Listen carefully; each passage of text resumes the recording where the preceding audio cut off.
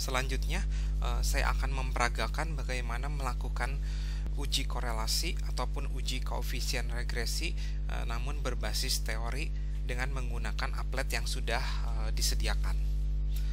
Nah, berikut ini ada contoh kasus.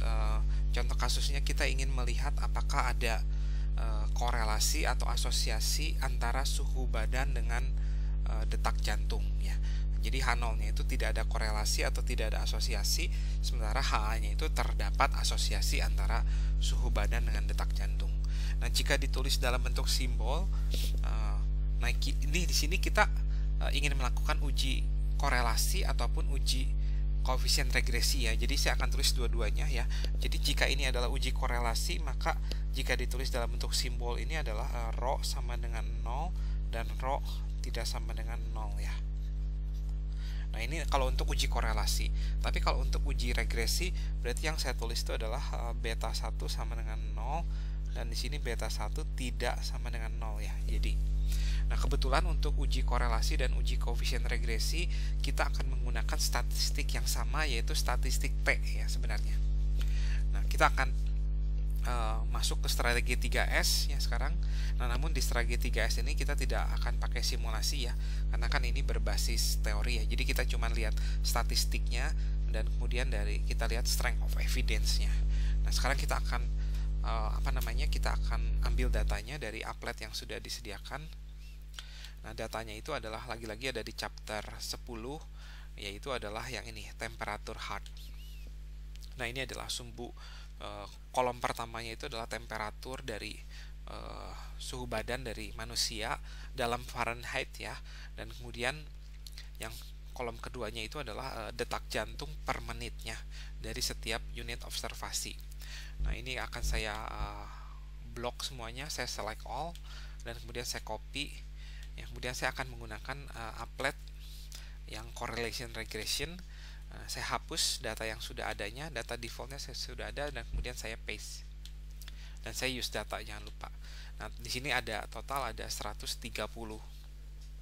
unit observasi ya, dan kita akan hitung statistik dari data-data ini ya. Jadi statistik yang pertama kita bisa hitung ya koefisien model regresi linearnya ya, yaitu Y sama dengan minus 166,28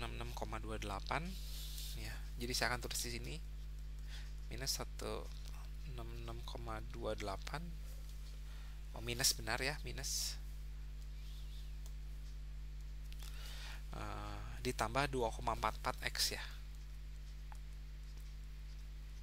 Nah, berarti beta 1-nya itu adalah 2,44 ya.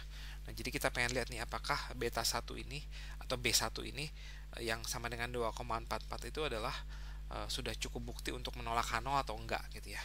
Dan kemudian kita juga bisa hitung sampel korelasinya dengan mencentang yang ini ya, 0,254 ya. Nah, kita juga pengen tahu apakah si sampel korelasi yang sama dengan 0,254 ini apakah sudah cukup bukti untuk menolak H0 atau tidak ya.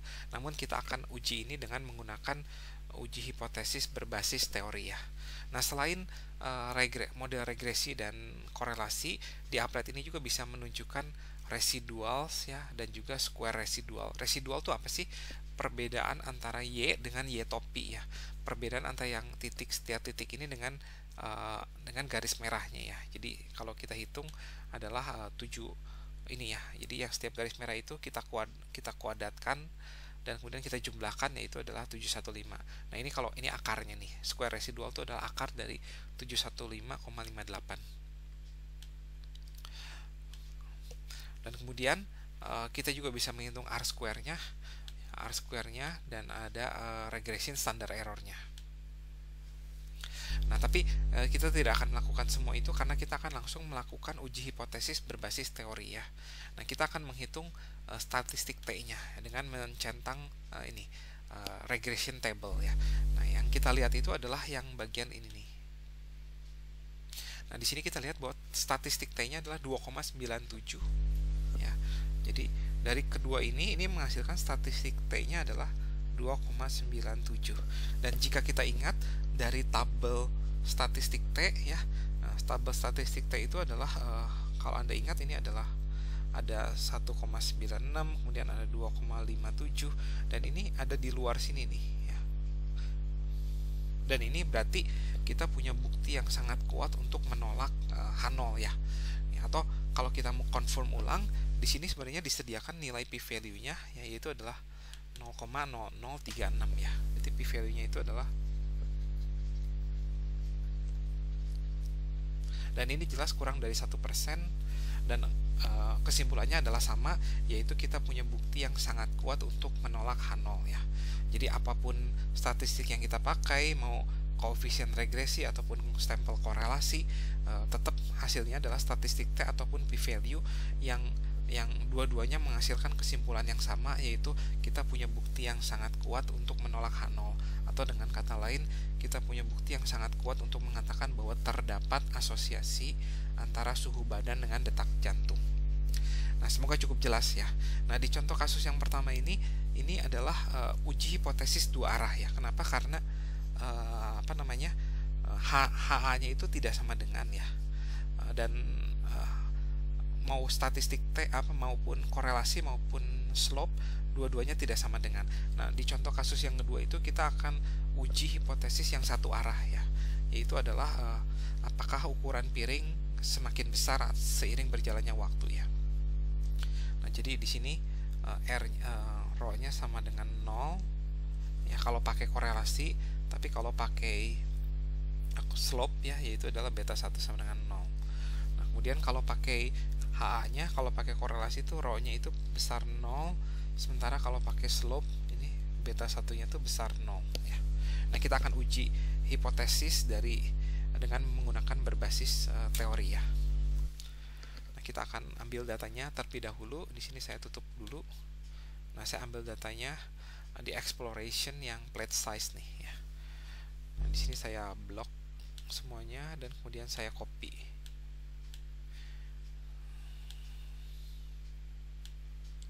Nah, saya buang data yang sudah ada, saya paste di sini ya.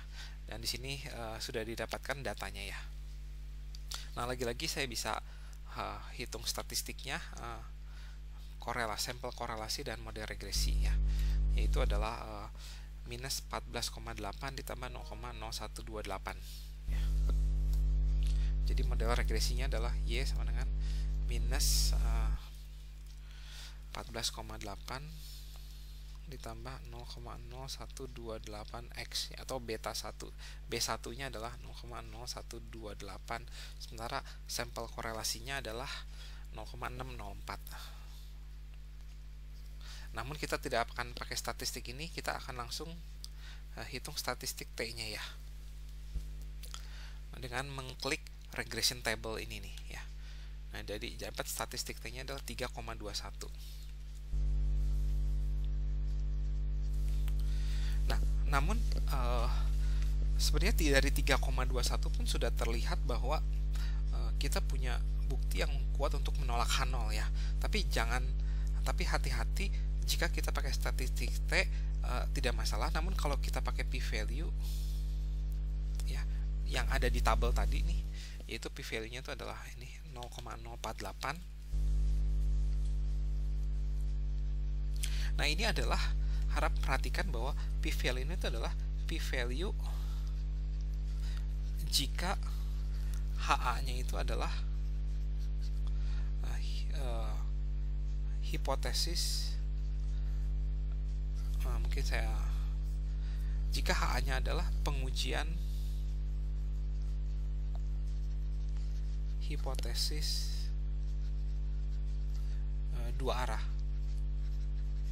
Nah, jadi p-value yang disediakan di tabel ini tuh selalu p-value yang diasumsikan HA-nya itu adalah pengujian hipotesis dua arah. Sementara jelas di sini HA yang kita uji ini itu adalah pengujian hipotesis satu arah. Oleh karena itu, p-value yang disediakan di applet itu adalah p-value yang salah ya. Untuk itu harus kita bagi dua lah untuk sebagai aproksimasi, yaitu 0,0024 ya. Nah, jadi sehingga kita mendapatkan kesimpulan yang sama dengan si T gitu ya.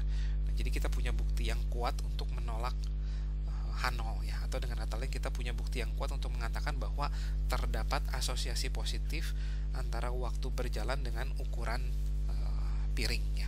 Jadi semoga cukup jelas dari contoh soal ini. Jadi hati-hati kalau menggunakan uji hipotesis berbasis teori, p-value yang didapatkan adalah p-value dari pengujian hipotesis dua arah. Jadi p-value-nya harus kita bagi dua ya, supaya jadi satu arah ya. Nah, sekian tutorial applet uji korelasi ataupun uji koefisien regresi berbasis teori ya.